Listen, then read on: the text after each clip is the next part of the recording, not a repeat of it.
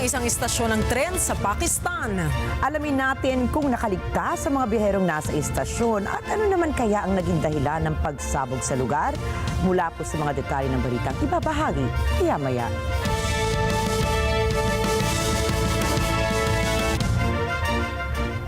Magandang gabi. Ako po si Rikki Mathay. Ako si Rikki Alagao Flores. Ito ang mata ng Agila International. Para naman sa mga headlines ngayong Lunes ng gabi. Bagyong Nika hinagupit ang Northern Luzon. Tatlo pang bagyo posibleng pumasok sa Philippine Area of Responsibility. Inflation at pagtaas ng sahod ilan sa mga top concerns ng mga Pilipino ayon sa resulta ng isang survey. COP29 Summit, formal na binuksan, mga world leaders nakatutok sa pag-address ng climate change. Magnitude 6.8 na lindol niyanig ang Cuba matapos bayuhin ng dalawang magkasunod na bagyo. At ating kilalanin ang mga sikat at bigating artistang nominado sa 67th Annual Grammy Awards.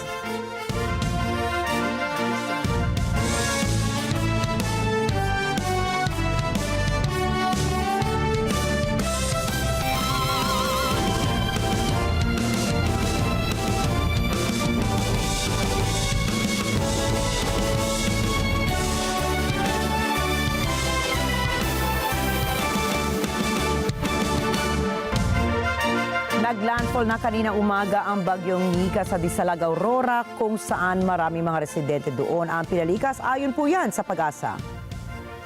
Ayon sa datos ng State Weather Bureau, bandang alas 4 ng hapon na mataan ang mata ng bagyo sa bisinidad ng Bisao Mountain Province. Gumagalaw ito sa direksyong Pahilagang Kanluran sa bilis na 25 km per hour na may lakas na 120 km per hour at bugsong 200 km per hour. Nakataas ang signal number 4 sa Kalinga Mountain Province, northern portion ng Ifugao, central at southern portions ng Abra, northern at central portions ng Ilocos Sur. Signal number 3 naman sa northern portion ng Quirino, northeastern portion ng Nueva Vizcaya, central portion ng Isabela, southwestern portion ng Cagayan, southern portion ng Apayao, rest of Abra, rest of Ifugao, northern portion ng Benguet, southern portion ng Ilocos Norte at the rest of Ilocos Sur. Signal number 2 sa northwestern at eastern portions ng Cagayan, rest of Isabela, rest of Nueva Vizcaya, rest of Quirino, the rest of Apayao, rest of Benguet, rest of Ilocos Norte, La Union, northeastern portion ng Pangasinan, northern at central portions ng Aurora at northern portion ng Nueva Ecija. Signal number 1 naman ang Babuyan Islands, rest of mainland Cagayan, rest of Pangasinan, rest of Aurora, rest of Nueva Ecija, Bulacan, Pampanga, Tarlac, northern at central portions ng Zambales, northeastern portions ng Quezon at Polillo Islands. Batay sa projection ng Pag-asa, posibleng lumabas ng Philippine Area of Responsibility ang bagyong Nika bukas ng umaga, kung saan ay tatawagin na ito sa international name nitong Toraji.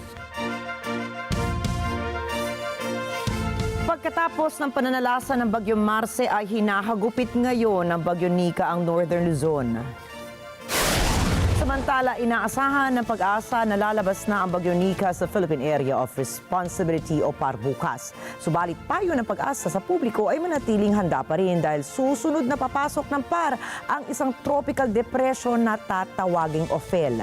Maglalandfall si Ophel sa Huwebes o Biyernes sa Pilipinas. Minomonitor din ng Pag-asa ang bagyong si Pepito na posibleng pumasok sa PAR ngayong linggo. Sa ngayon ay binabagtas ng ikatlong bagyo ang Bicol at ang Eastern Visayas region. Dahil sa posibleng sunod-sunod na pagpasok ng tatlong bagyo sa PAR ngayong linggo ay 10 araw nakaalerto ang lahat ng ahensya ng pamahalaan.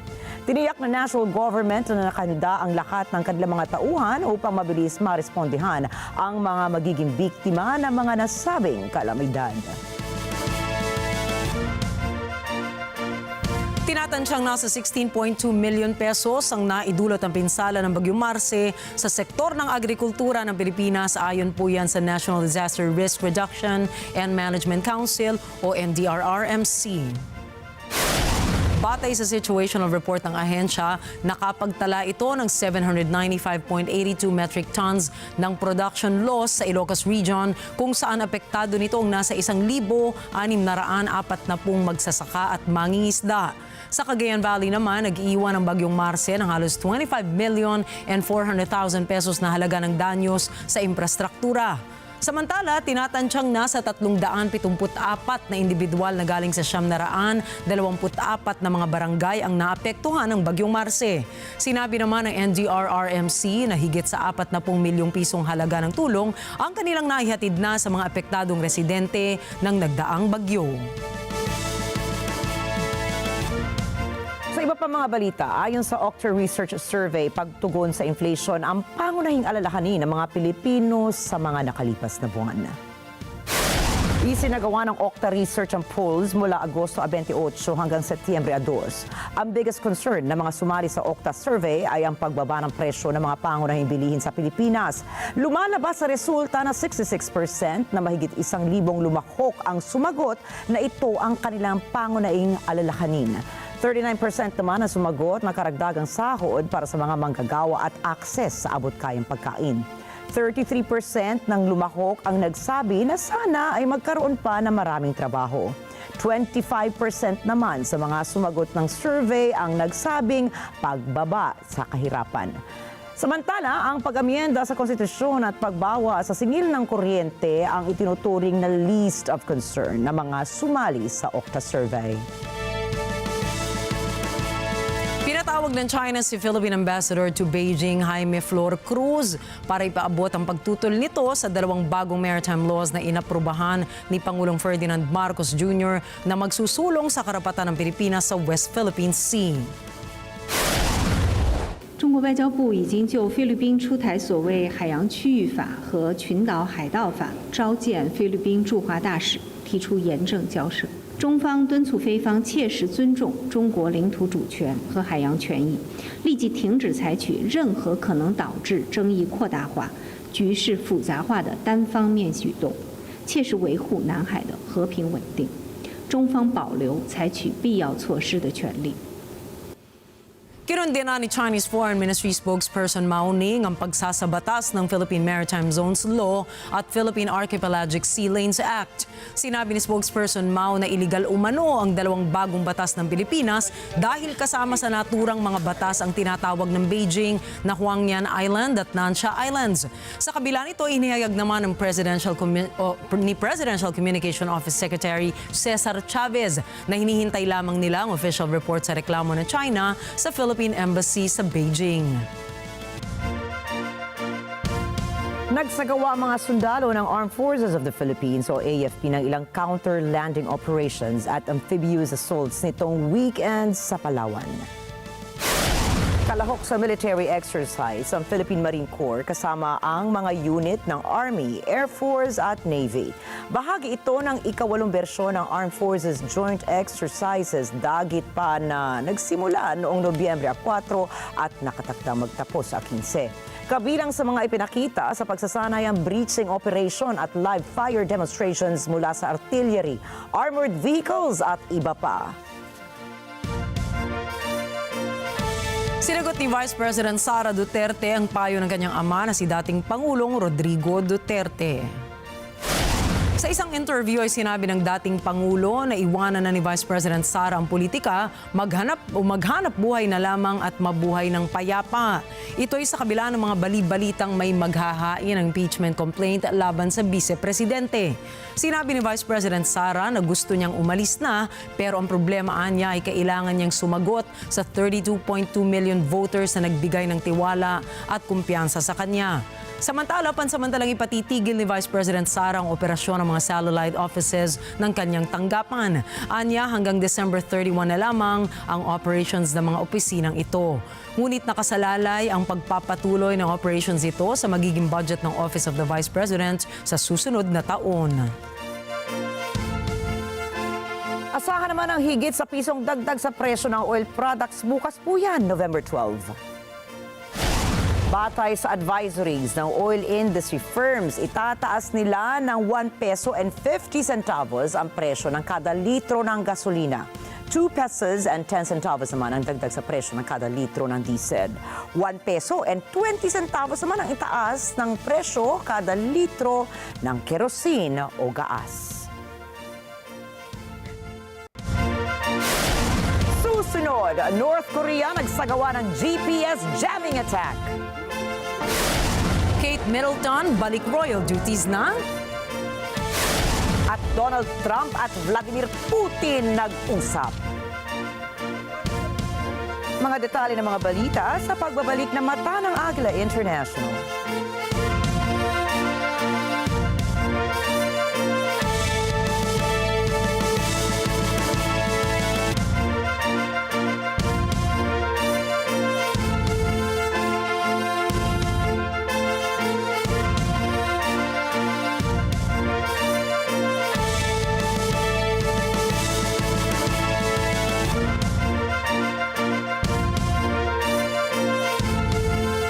ESPN, Year 4 na! Patuloy nating samahan sina Ali Soto at Pat P. Daza sa paghahatid ng mga balitang puno ng impormasyon. Ito daw si Alice Go ay talagang tanim ng China. Malaki na po ang ibinaba ng national rating ni Vice President Sara Duterte. Muli na namang gumamit ang China ng high-intensity laser laban po sa mga sasakyan ng Pilipinas. Lunes hanggang Biyernes, 8 a.m. to 10 a.m. Dito lang sa Net 25.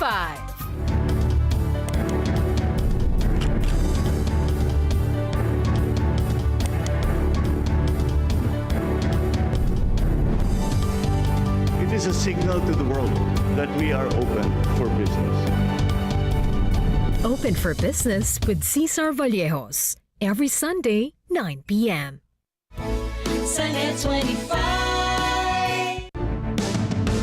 Matatag ang paninindigan. Matapang sa pagresponde. Matapat sa paglilingkod. Patikang tagapagbalita. Mata natin sa balitaan. Alex Santos kasama gabi-gabi sa Mata ng Agila Primetime.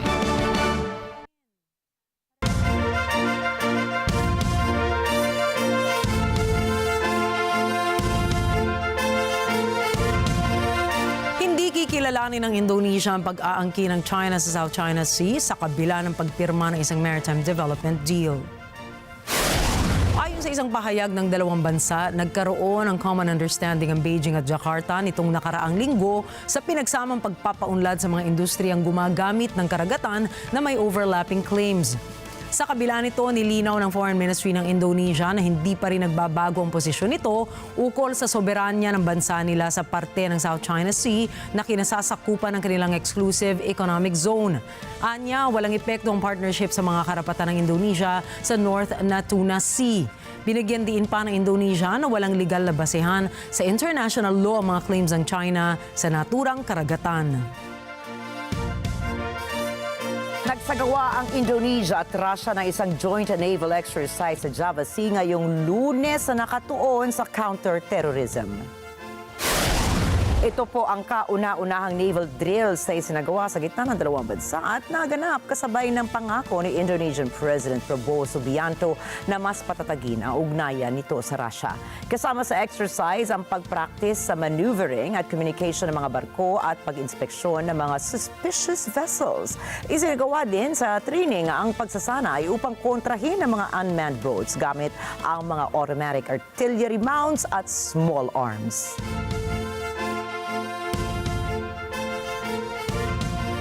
Nagsagawa ang North Korea ng Global Positioning System o GPS jamming attack sa dalawang magkasunod na araw na nakaaapekto sa ilang barko at dose-dosen ng civilian aircraft ayon sa militar ng South Korea.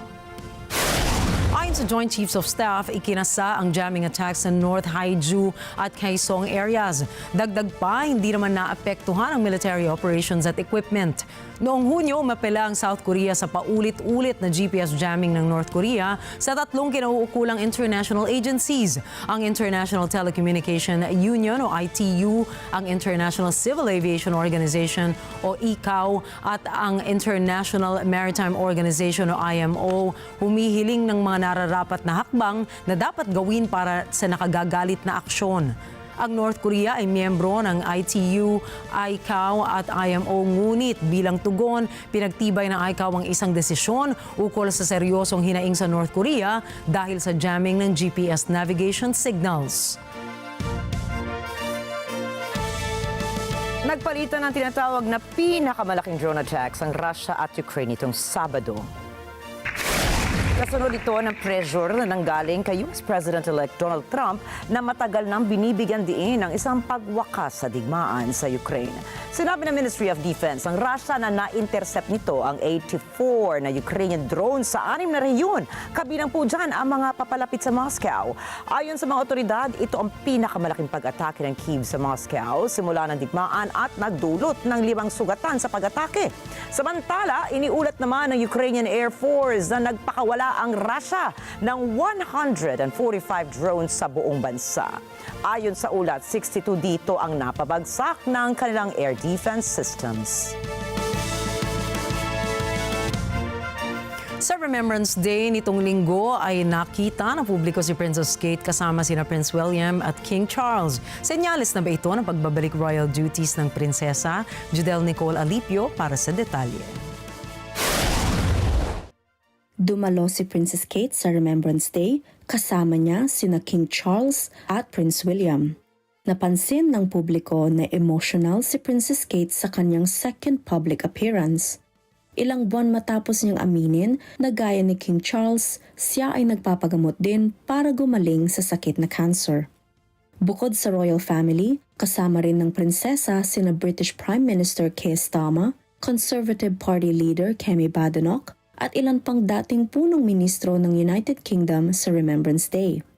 Absent naman si Queen Camilla sa nasabing event dahil may chest infection ito, ayon sa Buckingham Palace. Pero tiniyak naman ng Royal Palace na makakabalik na sa public duties si Queen Camilla sa susunod na linggo.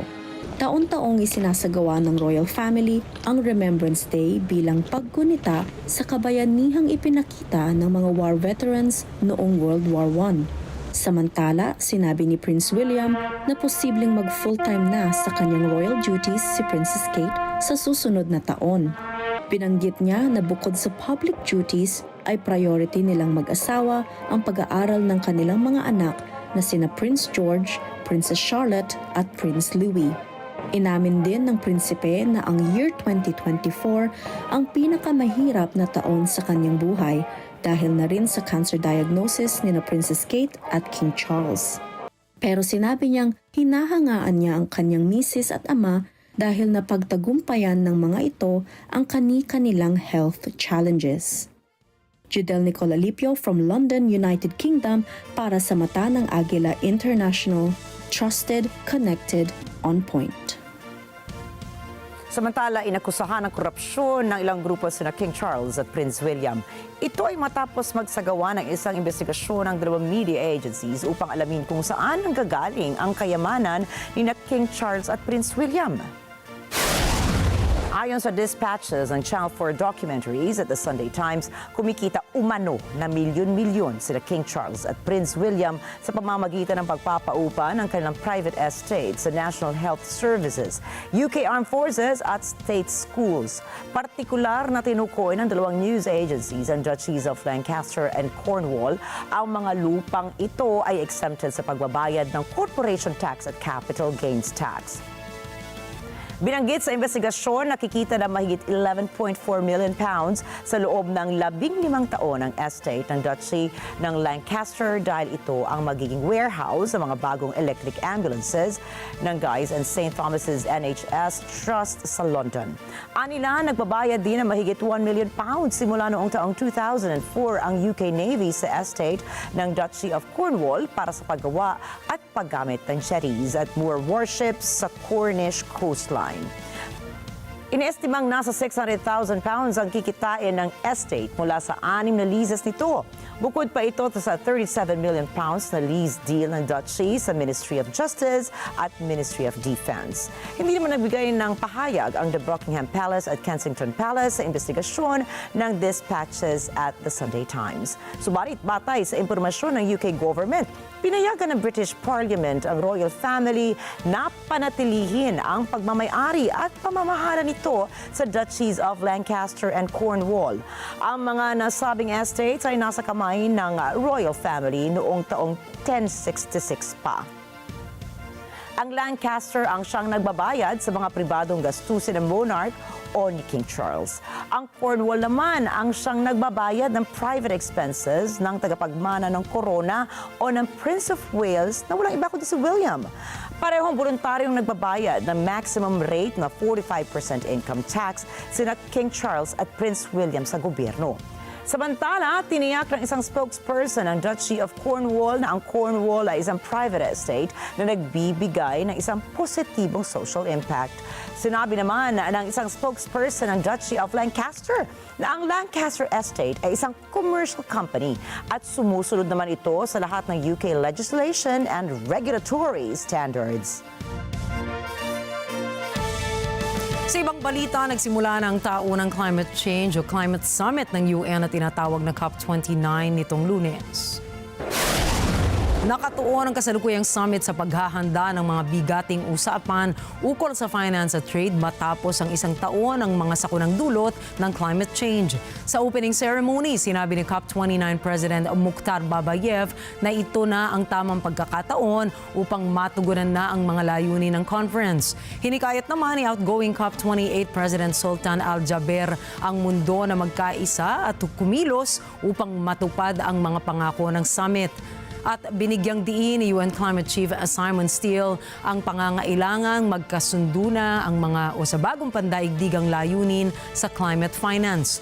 Nanawagan rin siya ng isang global cooperation upang magbigay sa mga bansang nasa lanta ang kinakailangan nilang financial aid. Samantala, sa EU Summit sa Budapest, hinikayat ng mga European leaders si US President-elect Donald Trump na ipagpatuloy ang pagsuporta sa Ukraine at iwasang magsimula ng trade war. Ang tagumpay ni Trump sa eleksyon ay nagdudulot ng malaking hamon para sa European Union na kasalukuyang watak-watak dahil sa paglakas rin ng mga conservative parties sa rehiyon. Kasunod pa rito ang gulo na nagsimula sa Germany matapos tanggalin ni German Chancellor Olaf Scholz ang finance minister ng bansa na siya namang nagbunsod ng panawagan para sa isang vote of confidence at posibleng snap elections. Sa kabila nito, umaasa pa rin si Chancellor Scholz na makikipagtulungan sa Estados Unidos para sa seguridad ng rehiyon at sa iba pang bahagi ng mundo na kasalukuyang nagkakagulo. Wir werden mit dem künftigen amerikanischen Präsidenten noch weiter gut zusammenarbeiten. Und genau die Frage, wie das gut gelingen kann, ist Gegenstand unserer Diskussion gewesen. Eine Frage ist ganz klar. Wir müssen gemeinsam als Europäische Union, als Europäer für unsere Sicherheit das Notwendige tun. Sa handover ceremony na isinagawa noong nakaraang araw ng linggo, sinabi ng bagong Israeli Defense Minister na si Israel Katz na natalo na ng kanyang bansa ang Hezbollah. אנחנו ניצחנו את החיזבאללה וחיסולו של נסראללה זו גולת הכותרת. עכשיו תפקידנו להמשיך בלחץ ולממש, וכאן נעבוד ביחד, ולממש את הפירות של הניצחון הזה על ידי הבטחת שינוי המצב הביטחוני בלבנון. Magugunita na noong Setyembre 27 ay inanunsyo ng Israel ang kanilang pagpatay sa dating leader ng Hezbollah na si Hassan Nasrallah. Noong nakaraang buwan naman ay napatay din ng Israeli military si Hashem Saifeddin na pinaniniwala ang tinitingnang maging bagong pinuno ng grupo. Dagdag pa niya sa kanyang talumpati na walang interes ang Israel na makialam sa pagpapatakbo ng gobyerno ng Lebanon, ngunit umaasa ito na ito ay magiging leksyon sa mga bansa na makipag-ayos sa Tel Aviv nang matigil na ang digmaan sa mga susunod na buwan. Sa kalakip na balita naman, napatay ang nasa 9 katao, kabilang Hezbollah commander na si sa inilunsad na strike ng Israel sa Damascus, Syria. Ayon sa Syrian Observatory for Human Rights, tinamaan ng Israel ang isang apartment na pagmamay-ari ng Hezbollah sa may Sayida Zainab area sa timog ng Damascus. Ang Hezbollah commander na si Salim Jamil Ayash ay isang dating miyembro ng Unit 151 ng grupo na dating nagsagawa ng assassination laban sa dating Lebanese Prime Minister na si Rafik Hariri. Kabilang sa siyam na nasawi ay ang 4 na sibilyan, isang babae at 3 mga bata na pawang mga Syrian nationals at 5 iba pa. Ito ay sa gitna ng pinaigting pa na strikes ng Israel sa Syria simula nang sumiklab ang all-out war sa Hezbollah sa Lebanon noong Setyembre 23. Umamin na po ang Israel sa unang pagkakataon na sila ang nasa likod ng pagpapasabog sa daan-daang mga pagers na ginagamit ng Hezbollah sa Lebanon. Sa ulat mula sa Israeli media nitong linggo, sinabi ni Israeli Prime Minister Benjamin Netanyahu sa kanyang gabinete na inilunsad ang beeper operation at pag-eliminate o pagpatay sa lider ng Hezbollah na si Hassan Nasrallah sa kabila ng pagtutol ng mga senior officials sa security establishment at galaw na namumuno sa kanila. Matatandaang noong September 17, libo-libong pagsabog ang tumama sa mga miyembro ng Hezbollah target ang kanilang pagers at walkie-talkies. Pumatay ang mga pagsabog ng 37 katao kabilang ang ilang mga bata at ikinasugat naman ng halos 3,000 bystanders. Ang pag-amin naman ng Israel sa pager attacks sa Lebanon ay kasunod ng pakikipag-usap ni PM Netanyahu kay US President-elect Donald Trump ng 3 beses sa mga nakalipas na araw lamang. Inilarawan ni Netanyahu ang kanilang pag-uusap na isang napakaganda at napakahalagang conversation na layuning mapalakas ang matatag na alyansa sa pagitan ng Israel at Amerika. Iniulat naman ng The Washington Post, WAPO, na nagkausap sa telepono sa US President-elect Donald Trump at Russian President Vladimir Putin noong Huwebes, November 7. Ayon sa sources ng WAPO, pinag-usapan ng dalawang leaders ang giyera sa Ukraine. Pinayuhan umano ni Trump si Putin na huwag nang i-escalate ang digmaan sa Ukraine at ipinaalala umano nito sa Russian leader ang sizable military presence ng Estados Unidos sa Europa. Tinawag naman ni Kremlin spokesperson Dmitry Peskov na isang pure fiction ang balita nag-usap sina Putin at Trump dahil wala niyang pag-uusap na nangyari. Sinabi rin ni Peskov na wala pang konkretong plano si Putin na kausapin si Trump. Samantala, ilang media reports din ang nag-ulat na kinausap ni Trump si Ukrainian President Volodymyr Zelensky. Subalit, tinawag ng Foreign Minister ng Ukraine na fake news ang mga balita nag-usap sina Trump at Zelensky. Hindi pa formal na nakaupo sa White House si Trump bilang Pangulo ng Estados Unidos, subalit ayon sa political experts, nakaabang na ang buong international community kung paano sosolusyonan ni Trump ang Russia-Ukraine war. Dati nang sinabi ni Trump na kung siya ay mananalo bilang US President, ay tatapusin ito ang giyera sa pagitan ng Moscow at ng Kyiv sa loob ng 24 oras. Samantala sa California, naapula na ang 14% ng mountain fire na puminsala sa 20,630 acres ng kabundukan. Narito ang report ni Pearl Rogacion. Noong Biyernes, inanunsyo ng Ventura County Fire officials na ang mapaminsalang mountain fire dito sa California ay contained na ng 14%. Subalit ayon kay Sheriff Jim Fryhoff, sa kabila ng 3,500 na mga tahanang maaari ng tirhang muli, may 2,000 pang natitira ang hindi pa maaaring balikan. Binigyang diin din ni Battalion Chief Nick Cleary ang progreso. Inilalarawan nito ang matagumpay na paggawa upang maibalik ang containment lines at ang paggamit ng ground crews at air support.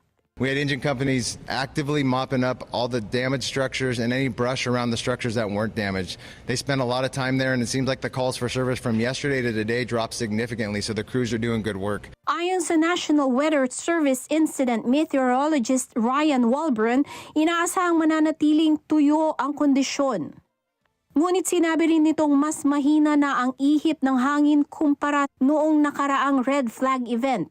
So we do expect conditions to be dry again tomorrow, high temperatures really in the mid-70s or so, but we're just not too concerned about the winds because the speeds are going to continue to be light, perhaps sustained around 10 miles an hour with some afternoon gusts 15 to 20. Obviously that's much lighter than what we saw during the red flag event. And then as we go through the end of the weekend into Sunday, I expect similar conditions, if anything just a few degrees of cooling on Sunday and a slight uptick in the humidity, so that's a favorable element. Pearl Rogasyon para sa mata ng Agila International. Trusted, connected, on point.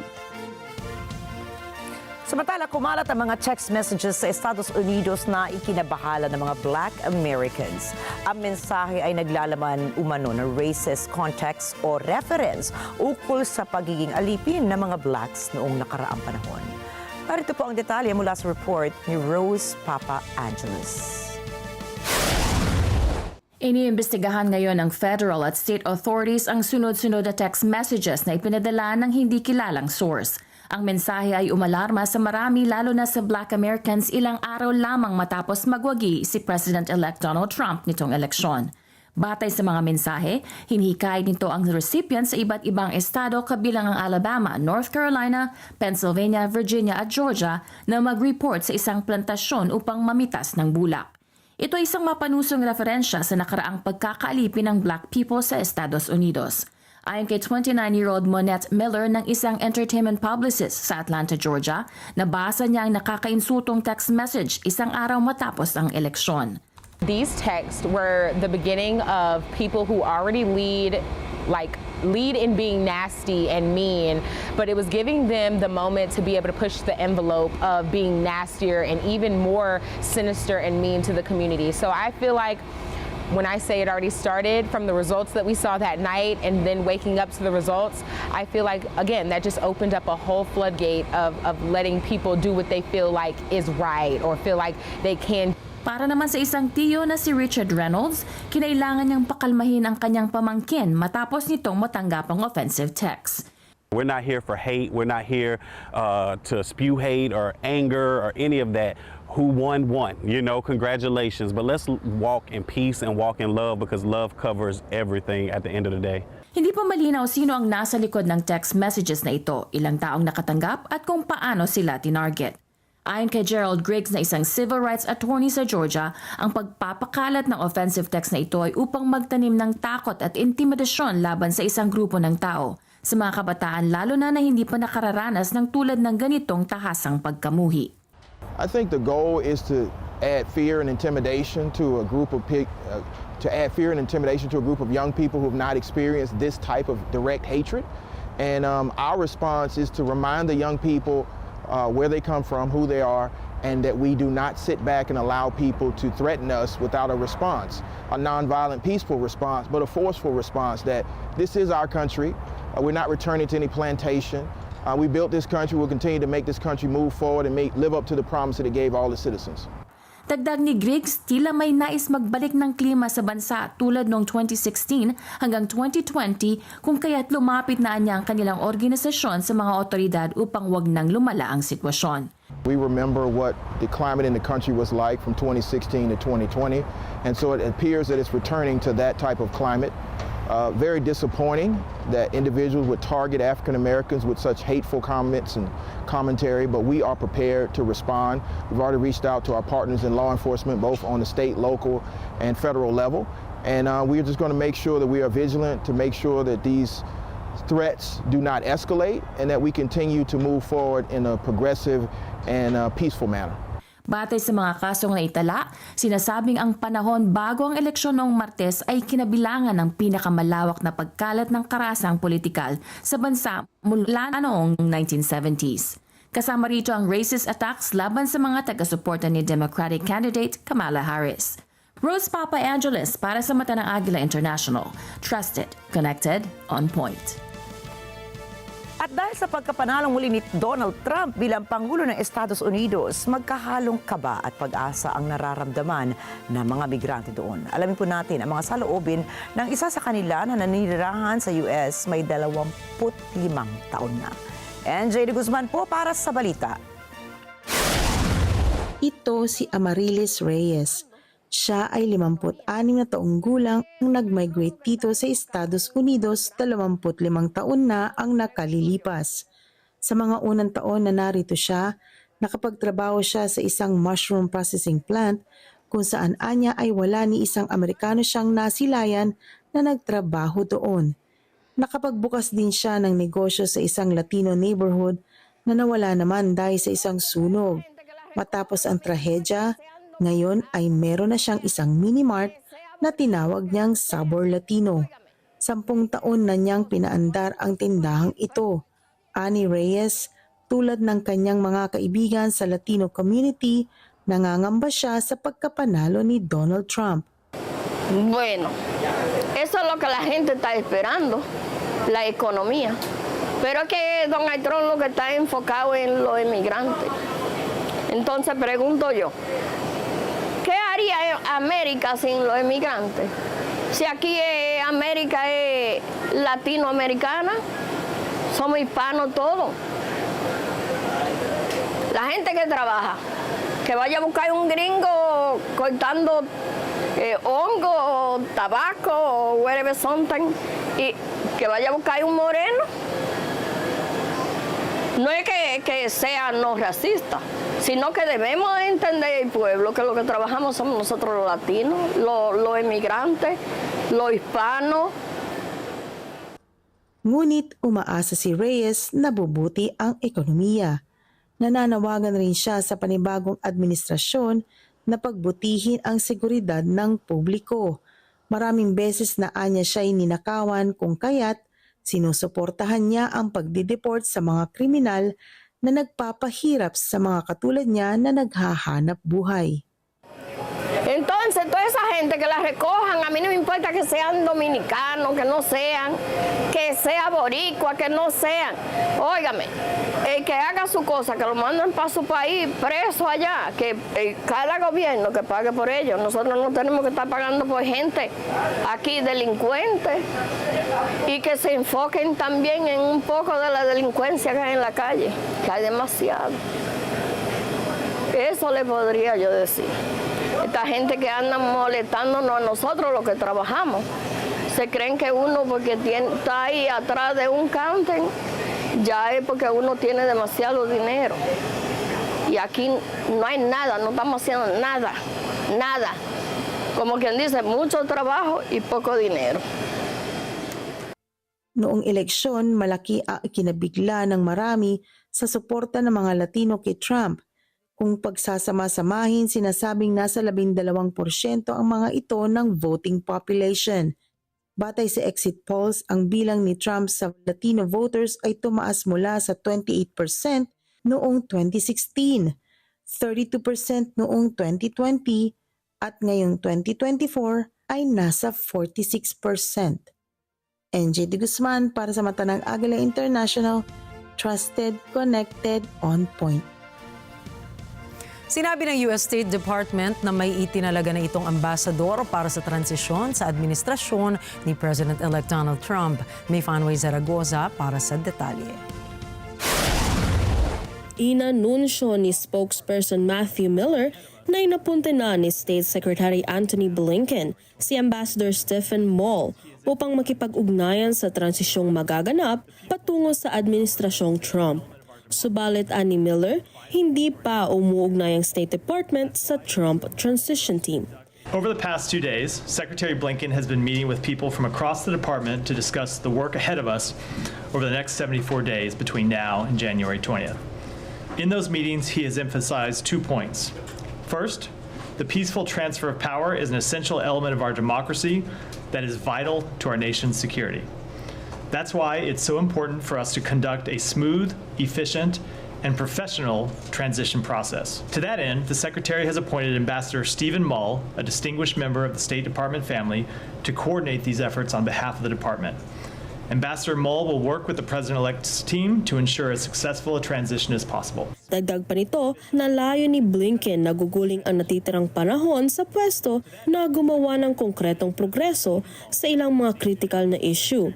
Kabilang dito ang pakikipagkompetensya sa China, pagtiyak sa tagumpay ng Ukraine at pagwawakas ng labanan sa Lebanon at Gaza. Second, the Secretary has made clear that he intends to use his remaining time in office to make tangible progress on a number of critical issues, cementing our work in maintaining a free, open, prosperous Indo-Pacific, and ensuring we continue to win the competition we're engaged in with China, while responsibly managing the relationship between our two countries, ensuring that Ukraine is in the best position possible for success, and bringing an end to the fighting in Lebanon and Gaza while improving the delivery of humanitarian assistance, securing the release of all hostages, and preventing the further spread of the conflict.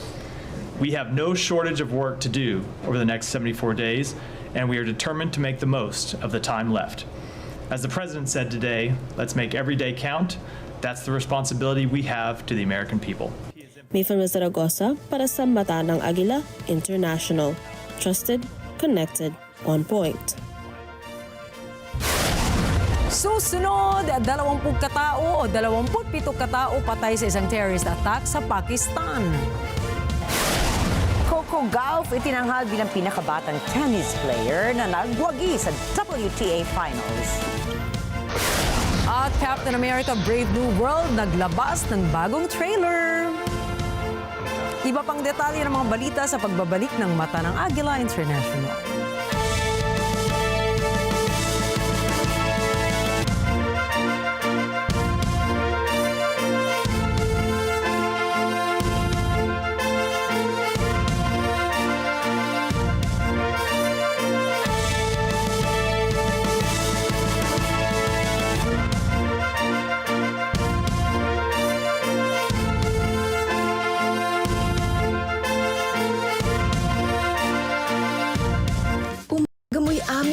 Busugin ng tawanan at kwentuhan. Usapang pag-ibig iyong matututunan. Try to enjoy your own company. Sarili muna. So buuin mo sarili mo. Nariyan din ang kwentong pagmamahal sa kaibigan.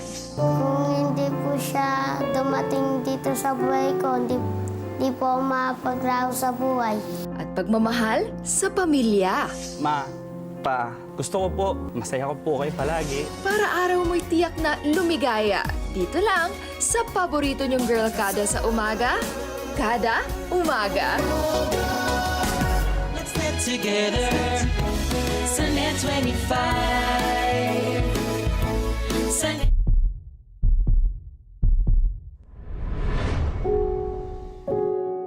May mga kwentong nagsisimula sa love at first sight. Pero dito,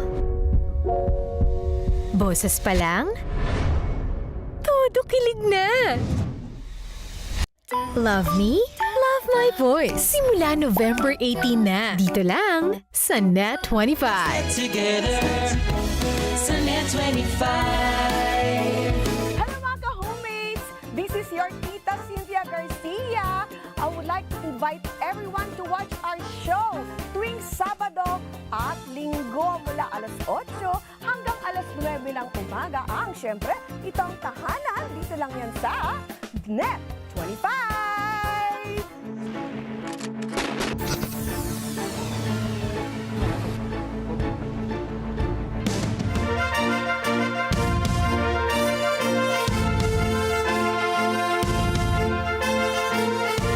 Pa nakababangon ng Cuba mula sa iniwang pinsala ng dalawang nagdaang bagyo ay niyanig naman ito na malakas na magnitude 6.8 na lindol.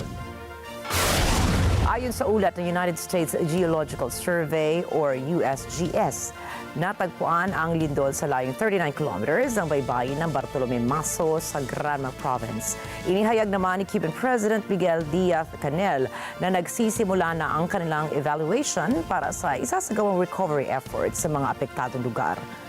Simula pa noong October 18 ay nakararanas na ng nationwide power outage ang Cuba matapos pumalya ang pinakamalaking power plant ng bansa dahil sa epekto ng Hurricane Oscar.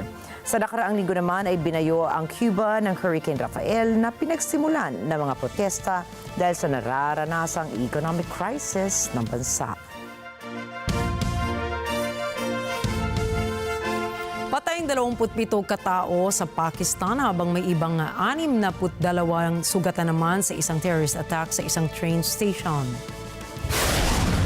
Ayon sa ulat ni Senior Government Administrator Hamza Shafkat, pinasabog ang istasyon ng tren sa Quetta kung saan nasa 100 katao ang naghihintay para bumiyahe patungo sa Rawalpindi. Inako naman ng Balochistan Liberation Army o BLA ang pag-atake sa lugar. Ang BLA ay matagal nang nagre-rebelde sa Islamabad para makamit ang kasarinlan nito. Kinundena naman ni Pakistan Prime Minister Shehbaz Sharif ang bombing incident at sinabing magbabayad ng malaki ang rebeldeng BLA. Sugatan ang 15 katao sa pagsabog ng isang motorcycle bomb sa Colombia. Ayon sa lokal na ulat, sumabog ang nakaparada motorsiklo nang dumaan ang isang kotse ng pulis sa kalsada ng Jamundi. Batay sa inisyal na investigasyon ng pulisya, pinaniniwala ang remote control LED ang bomba. Tinukoy ng mga otoridad na posible konektado ito sa ginagawang pagplanta ng mga bomba ng mga rebeldeng grupo sa Colombia. Wala pang kumpirmasyon kung sinong grupo ng rebelde ang umako sa isinagawang terror attack.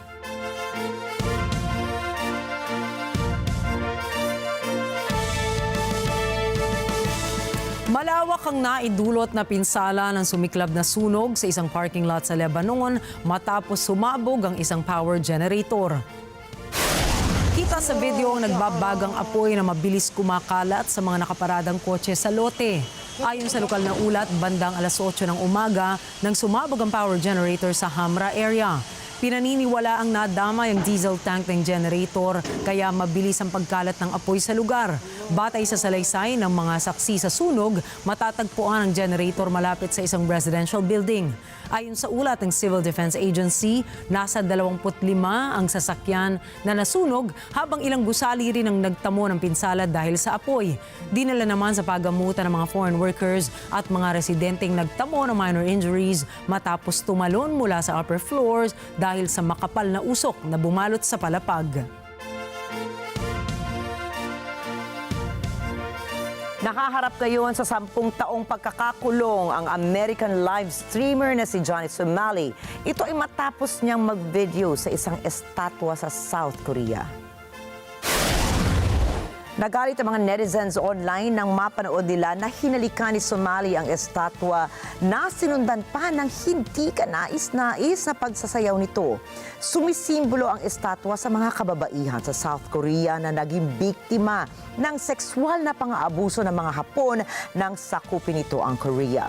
Giit ng mga tao, ito ay nagpapakita ng kawalan ng pagrespeto sa libo-libong mga batang babaeng inabuso ng mga Hapon noong taong 1910 up to 1945. Matapos ito ay naglabas ng video sa Somali kung saan ay humingi siya ng tawad sa kanyang maling nagawa, pati na rin sa mga tao ng South Korea. Anya ay nais lamang niya mapasaya ang kanyang mga viewers online at hindi niya intensyong bastusin ang mga Koreano. Samantala, iniimbestigahan ngayon si Somali kaugnay sa paggamit ng illegal na gamot na naging dahilan umano para magkaroon siya ng travel restriction.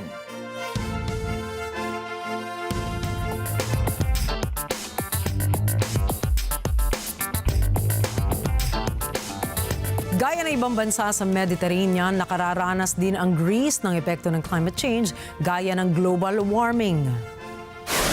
Sa taong ito ay nalungkot ang mga farmers ng tahong dahil bumaba ng 90% ang kanilang harvests. Ito nila ay dahil sa pagtaas ng temperatura na siyang dahilan para uminit ang dagat at maapektuhan ang kanilang mga tahong.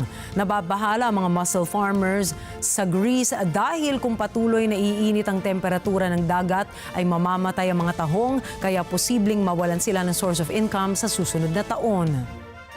Βλέπουμε ότι είναι 100% η καταστροφή που έχουμε υποστεί και για την παραγωγή που ήταν έτοιμη να φύγει για το 2024.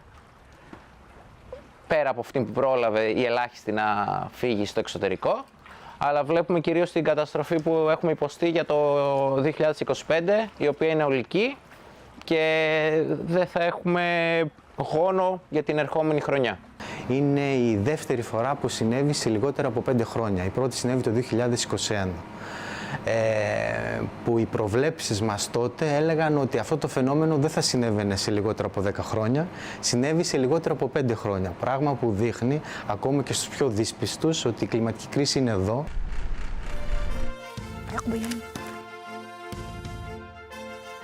Magbabayad na mahigit $85 billion ang Telefonica, ang pinakamalaking telecommunications operator ng Espanya. Nagdesisyon ang Telefonica na magbayad na lamang upang tapusin ang isang investigasyon ng US Justice Department na nagsasabing nanunuhol umano ang nasabing kumpanya sa ilang opisyal ng Venezuela. Kabilang sa bribe schemes na ito ang pagbabakasyon sa Caribbean at pamimigay ng mga mamahaling relo. Nagbayad din noong taong 2019 ang kumpanya ng $4.1 million penalty sa Securities and Exchange Commission dahil namigay ito ng FIFA World Cup tickets sa mga opisyal ng ilang bansa upang magkaroon ng impluwensya at makagawa ng mga iligal na gawain.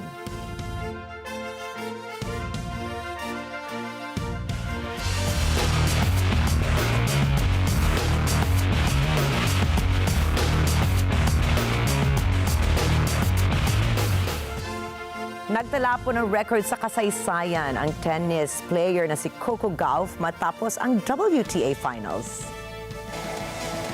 Siya lamang kasi ang pinakabatang nagkampiyon sa WTA Finals title sa loob ng 20 taon.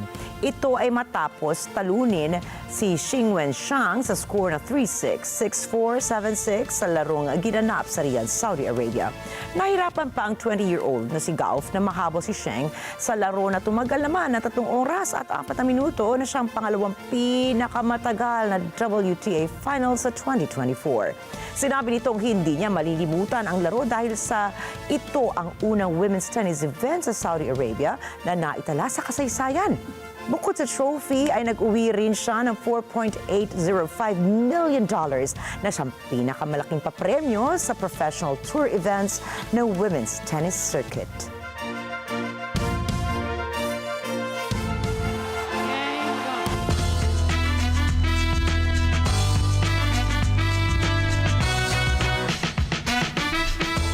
Bumida ngayon ang ilan sa mga pangalan ng mga sikat na artists. Ito ay matapos maglabas ng listahan ng mga nominees para sa 2025 Grammy Awards. Nanguna sa may pinakamaraming nominasyon ang singer na si Beyoncé kung saan ay 11 kanyang nakuha mula sa album na Cowboy Carter. Kabilang sa mga bigating nominasyon na kanyang nakuha ay ang Record of the Year, Song of the Year at Album of the Year. Humakot naman ang 7 nominasyon mula sa iba't ibang kategorya ang mga artists na sina Billie Eilish, Lamar, Malone at Charlie XCX. Hindi rin nagpahuli at sinundan pa ito ng 6 na nominasyon na mula naman kay Taylor Swift, Chappell Brown at Sabrina Carpenter. Samantala, nakatakdang isagawa ang 2025 Grammy Awards sa February, naggaganapin sa Los Angeles kung saan formal na i-anunsyo ang pangalan ng mga artists na nanalo. Is back again. Yan po ang sigaw ng fans matapos ilabas ang bagong trailer para sa pelikulang Captain America, Brave New World. Bida sa trailer ang maaksyong labanan ng mga karakter lalo na sa pagitan ni Captain America at ng Red Hulk. Mapapanood sa pelikula si Anthony Mackie bilang Sam Wilson or Captain America at Danny Ramirez bilang Joaquin Torres or Falcon. Makakasama rin nila dito si Carl Lumbly, Shira Haas, Giancarlo Esposito, Liv Tyler at Tim Blake Nelson. Dagdag pa rito si Ford Ross na siyang gaganap naman bilang Red Hulk o mas kilala na isang gamma monster na mula sa Marvel Comics. Samantala, matatandaan si Chris Evans ang unang gumanap sa 3 magkakasunod na pelikula ng Captain America.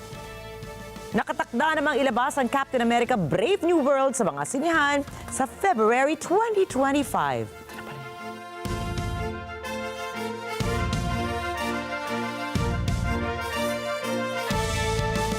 Exciting dito. Ito na pala inaabangan natin. Tsaka naman parang fresh new take kasi ibang cast naman yung mga ibang characters. Ayun. Are you a Marvel fan, Nina? Siyempre, you have 3 boys, no? For amusement, yes. For story, medyo, I have to say, DC ako. Pag story, mas nalalaliman ako. Pero yung value for entertainment, okay ako sa Marvel. Kasi nakakatuwang panoorin talaga. I'm sure patok na naman yan. Dahil di ba meron sila mga legions of fans worldwide dito pala sa Pilipinas. Ako.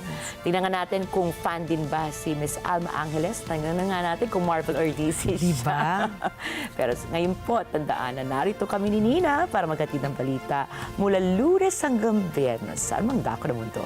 Muli ako po si Rikki Mathay.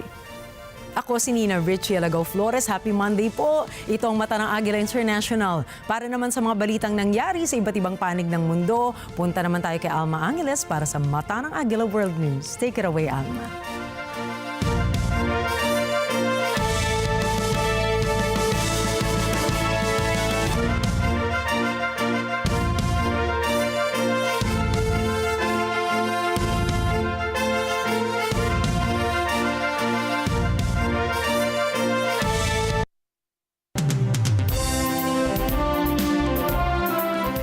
Thank you, Nina and Rikki. Good evening, everyone. I'm Alma Angeles, and you're watching Net25 World News. On tonight's headlines, fire danger rises on both U.S. coasts, with deadly wildfires and crews making progress in California. Typhoon Nika hits northern Luzon, and evacuations are underway near Indonesia's Lewatobi volcano. Plus, the Care for Humanity project extends support to nations facing hidden challenges. Despite living in one of the most powerful and abundant countries in the world, millions of families in the United States continue to negatively be impacted. And the news starts now.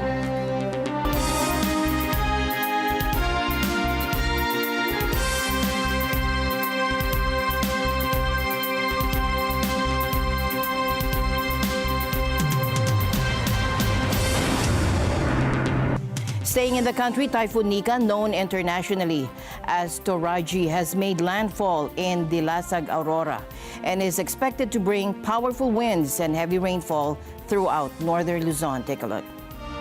So sa latest na track na ipinalabas po natin, inaasahan natin na today nga po babaybayin talaga niya or magta-traverse siya dito sa landmass ng Northern at Central Luzon. And then eventually po ay lalabas din po ito sa coastal waters ng Ilocos Sur. This evening din po yan o ngayong gabi. So it will continue to move west-northwestward over West Philippine Sea and eventually po ay mag-exit ng ating area of responsibility by tomorrow. So bukas pa po ang labas nitong sinika sa ating PAR. Kaugnay dyan, signal number 4 pa rin tayo ngayon sa Kalinga, Mountain Province, northern portion ng Ifugao, central and southern portion ng Abra, sa northern and central portions ng Ilocos Sur. So dito po concentrated yung signal number 4 natin, habang signal number 3 naman po sa mga lugar na ito, sa northern portion ng Quirino, northeastern portion ng Nueva Vizcaya, central portion of Isabela, southwestern portion of Cagayan, rest of Abra, southern portion of Apayao, rest of Ifugao, northern portion of Benguet, southern portion ng Ilocos Norte at natitirang bahagi pa ng Ilocos Sur. Yan po yung mga lugar kung saan na meron tayong orange shade. So dito din concentrated yung signal number 3 natin. Ibig sabihin malakas pa rin na hangin ang nararanasan at pwedeng maranasan pa ng ating mga kababayan sa mga susunod na oras. Habang signal number 2 ngayon, sa northwestern and eastern portions ng Cagayan, rest of Nueva Vizcaya, rest of Isabela, rest of Quirino, rest of Apayao, natitirang bahagi pa ng Benguet, sa natitirang bahagi pa ng Ilocos Norte, La Union, northeastern portion ng Pangasinan, northern and central portion of Aurora, maging sa northern portion of Nueva Ecija. Signal number 2 naman ho yan. Habang nakatas pa rin ang signal number 1, ibig sabihin posible pa rin ang mga pamisa-misang pagbugso ng hangin dulot nga po ni Bagyong Nika dito po sa Babuyan Islands, rest of mainland Cagayan, which is this one, and rest of Pangasinan, rest of Aurora, rest of Nueva Ecija, Bulacan, Pampanga, Tarlac, northern and central portions ng Zambales, northeastern portion ng Quezon, kasama na po dyan ang Polillo Islands. So kung makikita po natin, northern Luzon, basically northern Luzon and central Luzon pa rin, nakatas pa rin ng ating tropical cyclone wind signal. So ito po ay, ang focus po nitong signal na ito ay sa wind impact o sa lakas ng hangin na pwedeng maranasan po ng ating mga kababayan doon dahil kay Bagyong Nika. At maliban po dito sa bagyo na currently ay nakakaranas o nanalasa sa atin, meron pa rin po tayong minomonitor outside the Philippine Area of Responsibility. At huling nakita po yan sa layong 780 kilometers east of Kiwan, Eastern Samar. Tropical depression pa lang ho ang kanyang kategory sa ngayon. 55 kilometers per hour near the center ang kanyang maximum sustained winds at yung gustiness niya ay umaabot sa 70 kilometers per hour. Pero in-expect natin sa projection po natin, posible pa po itong lumakas sa mga susunod na araw bago po ito tuluyang lumapit sa ating area. Firefighters across the U.S. have faced an intense weekend with teams stretched thin on both coasts. On the East Coast, a rare spring crisis has emerged as wildfires blaze through New York, New Jersey, and Pennsylvania. Meanwhile, on the West Coast, there's a glimmer of relief as crews in California make significant progress containing the mountain fire. Take a look. Evacuation orders have been downgraded to warnings for over 14,000 people. We had engine companies actively mopping up all the damaged structures and any brush around the structures that weren't damaged. They spent a lot of time there, and it seems like the calls for service from yesterday to today dropped significantly, so the crews are doing good work. So yesterday there was a lot of fire activity on there with that offshore flow. Today, there was no fire activity on that line. It looked really good and it held. So crews continued to monitor, patrol, and improve that line, and it was looking really good by the end of shift. Nearly 3,000 firefighters are still working to extinguish hot spots with the mountain fire now covering over 20,000 acres and at 26% containment. Meanwhile, on the East Coast, wildfires are raging across multiple states. In New York, an 18-year-old employee tragically lost his life fighting the Jennings Creek fire, which is also spreading into New Jersey. Our condolences go out to the family of the firefighter who was killed yesterday. That is being under investigation by the New York State Police, and when they're ready to release a statement, we'll let them do so. We haven't had a fall fire season like this in New York since 2002. Something to this magnitude as far as the drought conditions that we're currently experiencing. More than 2,500 acres have burned there with zero containment, and dry conditions have turned the Garden State into a tinderbox, prompting the New Jersey Forest Fire Service to respond to over 40 blazes. We have a pretty large wildfire going here on the border of New York and New Jersey. Currently, the fire is 2,500 acres. We have 0% containment. We had north winds, which brought the fire into New Jersey from New York. The area where the fire came into the state was inaccessible. So crews are in the process of building control lines around the fire on the New Jersey side. We'll commence with some backfiring, depending on the weather.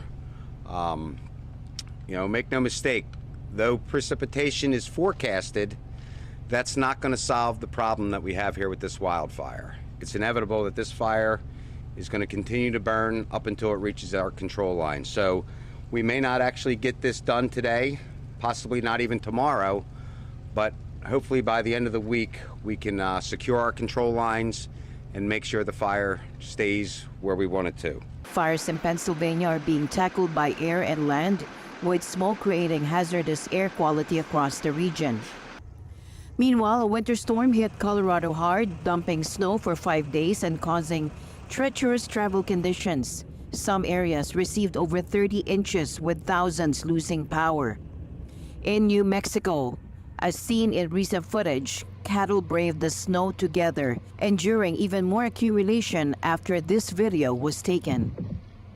Leaders from close to 200 countries are gathering in Azerbaijan for the annual climate summit.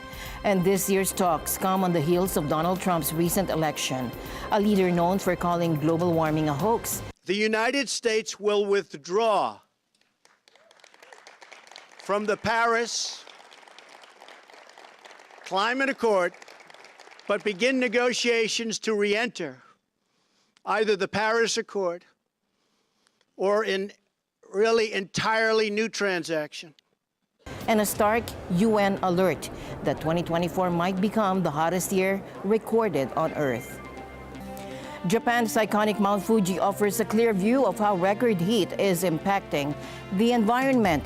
Snow finally dusted the famous peak this week, arriving nearly a month later than usual, marking the latest first snowfall in 130 years. There is an overall trend that the observation of the first snowfall on Mount Fuji is getting later. However, the cause is not yet clearly understood. But one reason we can raise is that the temperature around the summit of Mount Fuji has been high since the autumn this year. My main feeling is that I'm relieved to finally see the snow. And visitors had been hoping for the classic snow view, and now it's finally here, though much later than expected.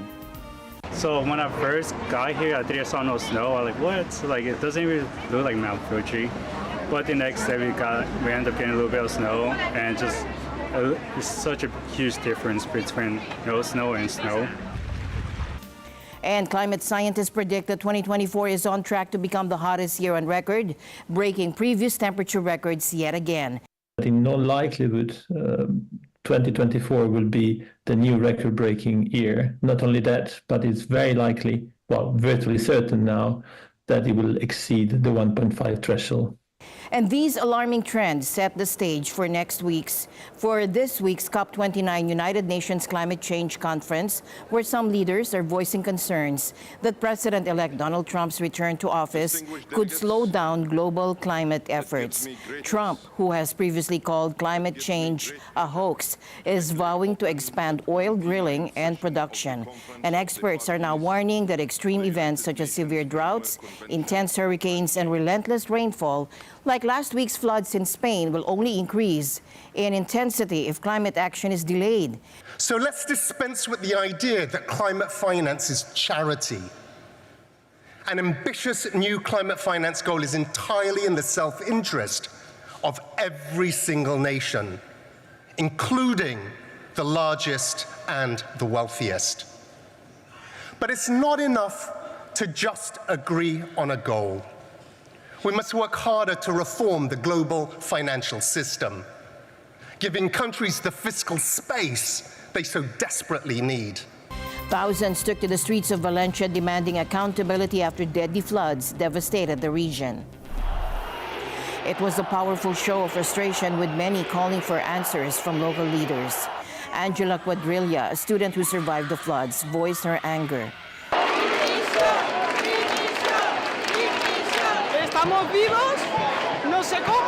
We are alive. I don't know how. And the only thing I want to say is that this abandonment and institutional negligence must be held accountable. And even though I am exhausted, haven't slept at all, and am very anxious, I am here to demand answers because this is not normal. The disaster is now one of Europe's deadliest in decades, with nearly 80 people still missing.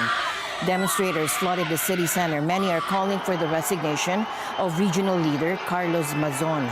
They're accusing him of mishandling the response. Shouting "killers," they carried signs that read, "Our hands are stained with mud, yours with blood." And then they covered the Valencia Regional Government Palace with muddy handprints in protest. Organized by over 30 civil groups, the rally highlighted what residents see as delayed and inadequate emergency response. Protesters claim Mazon issued a flood alert too late, hours after villages were already underwater. While the protests remained largely peaceful, tensions rose when some demonstrators clashed with police, resulting in brief scuffles. Meanwhile, authorities raced to evacuate residents reluctant to leave affected villages from the erupting Mount Lewatobilaki volcano in Indonesia's Flores, Timor. The 1,584-meter-high volcano has continued to spew volcanic material from its crater for a week since November 3, prompting authorities to expand the danger area and increasing the number of evacuees. However, facing a limited supply of vehicles, the authorities could only evacuate those who were willing to leave. Others, like 48-year-old villager Matthews Budi, would rather evacuate on his own. Fungsi mandiri. Karena kami punya tanaman di sini, hasilnya di sini kami bisa pungut untuk sebisa jual. Sudah berapa lama kakak mereka mengungsi secara mandiri? Hari Senin kemarin, jadi besok 1 minggu. The Indonesian Volcanology Agency plans to expand to 9 kilometers from 8 kilometers the zone southwest to northwest of the crater that people are not allowed to enter, according to the head of the agency. Ukraine and Russia have launched their largest drone assaults against each other since the war began. Take a look. The skies over Moscow were filled with drones launched by Ukraine, injuring a woman and temporarily shutting down Moscow's largest airport. Meanwhile, Ukraine reports Russia hit back with a record 145 drones on cities like Odessa, leaving one dead and dozens injured. Что мы делали? Спрятали детей поглубже в доме, побежала к соседке. У меня соседка 90 лет не слышит, толком не ходит, дочка на работе. Внук на войне, но мы ей не говорили, что он на войне, потому что мы хотим, чтобы она еще чуть пожила. Russia has stepped up its offensive in eastern Ukraine, reportedly with the help of North Korean forces. And this has come at a high cost, as October saw record Russian casualties, averaging over 1,500 daily in the fight for minimal land gains. Russia is paying an extraordinary price for Putin's illegal invasion. So October was the worst casualty figures for Russia so far. On average, over 1,500 people either killed or wounded every single day. Every day? Every single day. And that is for tiny increments of land. The longer the war goes on for Russia, the more difficult it is. Amid this, Ukraine faces an uncertain future regarding U.S. support. President-elect Donald Trump has hinted he may cut military aid. Meanwhile, overnight, Russian airstrikes in southern Ukraine left at least 5 people dead and 19 others injured, including 5 children. Mykolaiv and Zaporizhia were hit hard with a residential building destroyed in Zaporizhia. Both sides denied targeting civilians, but since Russia's invasion in February 2022, thousands have died, mostly Ukrainian civilians. The Washington Post reveals that former President Trump spoke with Russian President Vladimir Putin late last week, urging him to avoid further escalating the war in Ukraine. However, Ukraine's foreign ministry denied reports on Sunday that Kiev had been informed beforehand about the call between Trump and Putin, calling those claims false. A spokesperson for Trump also stated that he would not comment on private conversations between President-elect Trump and global leaders.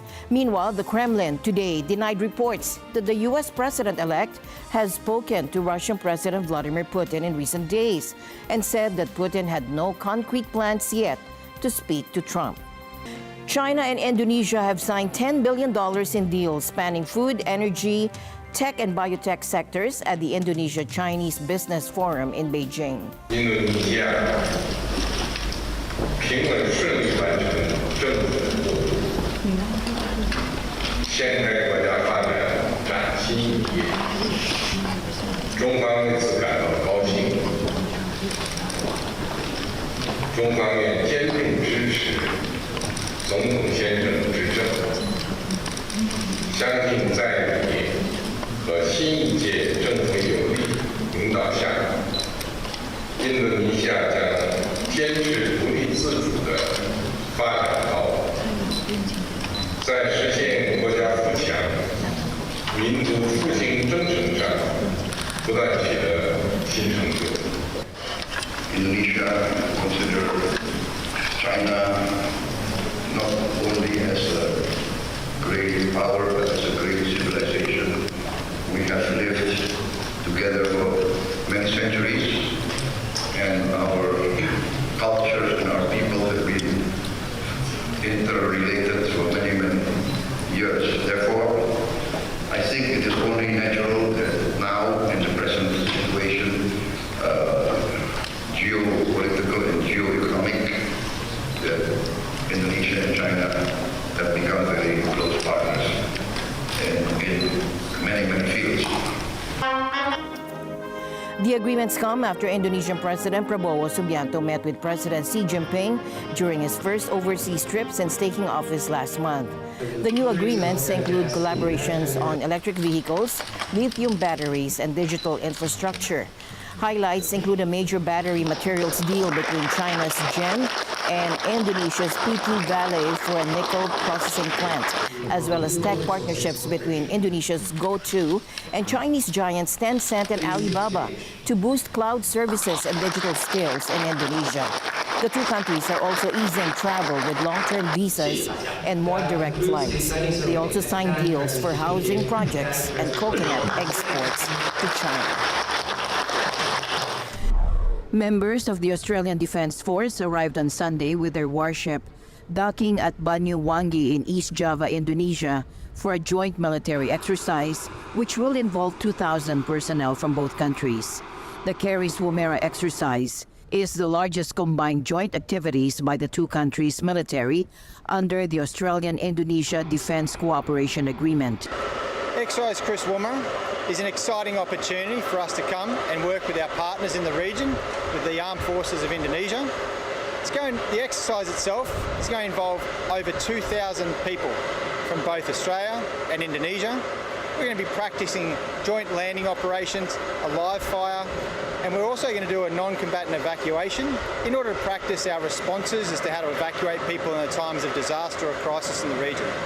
We're really looking forward to our opportunity to work with our Indonesian partners, and the next 7 days are going to be very exciting for us. Exercise Chris Woomera is one part of a broader engagement activity in the region called Indo-Pacific Endeavour. What we aim to do is simply increase our cooperation with our partners and neighbours to increase our prosperity and security through a shared cooperation with our neighbours. The exercise in Indonesia will take place on November 13 to 16 after it was opened in Darwin, Australia on November 3. Indonesia has held military exercises with other countries, such as one with the naval forces of Russia on November 4 in the Java Sea near Surabaya, east of the capital, Jakarta. And the news continues. Zero Net 25. We'll be right back. Stay tuned. Ang inyong paboritong tagagising sa umaga, kung saan-saang barangay na napupunta. Tama! Maraming kabarangay na ring nakilala. Makipagsapalaran na lang magsikap. Nakalaro! At mga kabarangay na napasaya. Mula Manila hanggang sa malalayong probinsya, sisiguraduhin mararating para makapagbigay ng Smile One John and Emerald Fun. Laugh, Tony Pit, and everything! Mula Lunes hanggang Biyernes, alas 7 ng umaga. Dito lamang sa #1 all over the land, Net 25. Net together sa Net 25. Sa Net 25. Ang mga maiinit na balita at rumaratsyad ng usapan ng bayan, ihahatid namin sa 100%! 100% ang pagbabalita! 100% talakayan! Lunes hanggang Biyernes! Alas 5 hanggang alas 7 ng umaga! Live na live sa Radyo Agila 1062 Mega Manila! At sa Net 25! 100%! Sa Net 25, let's net together. Sa Net 25.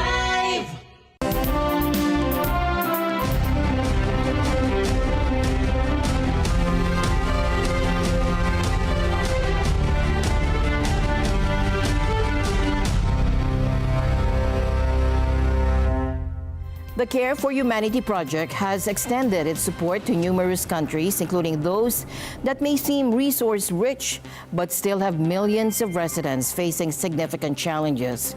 Now, bringing us the latest on the outreach events across the West Coast of the United States, here's Peekaboo Delgado. Despite living in one of the most powerful and abundant countries in the world, millions of families in the United States continue to negatively be impacted, from natural disasters to economic downturn. But as a response to this great need for help, the Iglesia Ni Cristo continues to step in and give assistance. In Anchorage, Alaska, located in the far northwest region of the United States, members also welcomed guests and neighbors to an event where care packages were prepared, filled with non-perishable goods. Guests were also able to choose from a selection of different winter wear to prepare for the upcoming winter season. Food has gone up very quickly. I really appreciate people who do help others. That makes a big difference to me. Heading down a few states to Seattle, Washington, dozens of boxes filled with canned goods were put together by members and were donated to the Northern Harvest Food Bank in hopes of giving relief to many families in need of meals. Further down to the U.S. West Coast and to Northeast California, non-perishable food items, toiletries, and other goods were put together in care packages and handed out to those unhoused in neighboring areas. Monetary donations were also given to 2 local nonprofit organizations aimed in assisting marginalized groups in the surrounding area. In the neighboring district of Bay Area, California, an event was also held in Hayward, California, where booths of free medical services such as blood pressure checks, flu vaccines, and health screenings were open to guests and residents of the neighborhood. Along with free medical services, care packages filled with school supplies were also given to local teachers as tokens of appreciation. I got my flu shots. Yeah, this is what I need because I think winter is coming. In Silicon Valley, California, a similar event was also held, welcoming neighbors to avail of free medical services and giveaways. Care packages filled with non-perishable goods and other essentials were also distributed to guests in attendance. In the city of Orosi in Central Valley, California, care packages filled with canned goods, toothbrushes, shampoo, and other toiletries were distributed to families in the neighborhood and to students part of the Cutler-Orosi Joint Unified School District.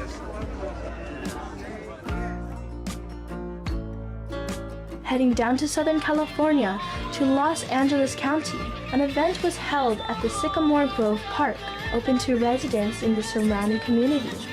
Booths included free clothing, food, toys for children, and even free healthcare checkups. Hundreds of care packages were distributed, and monetary donations were also made to 2 local organizations dedicated in assisting local residents. So the donation will be used for us to service any of the things that we need for our kids and any type of events that we may participate in. With our cadet program, we provide uniforms, basic gear, polo shirts and things of that nature. And a lot of things are pretty expensive. Further south to San Diego County, local neighbors in the city of Vista were also given care packages filled with canned goods and other non-perishable food items, and the same was done in Chula Vista the following day.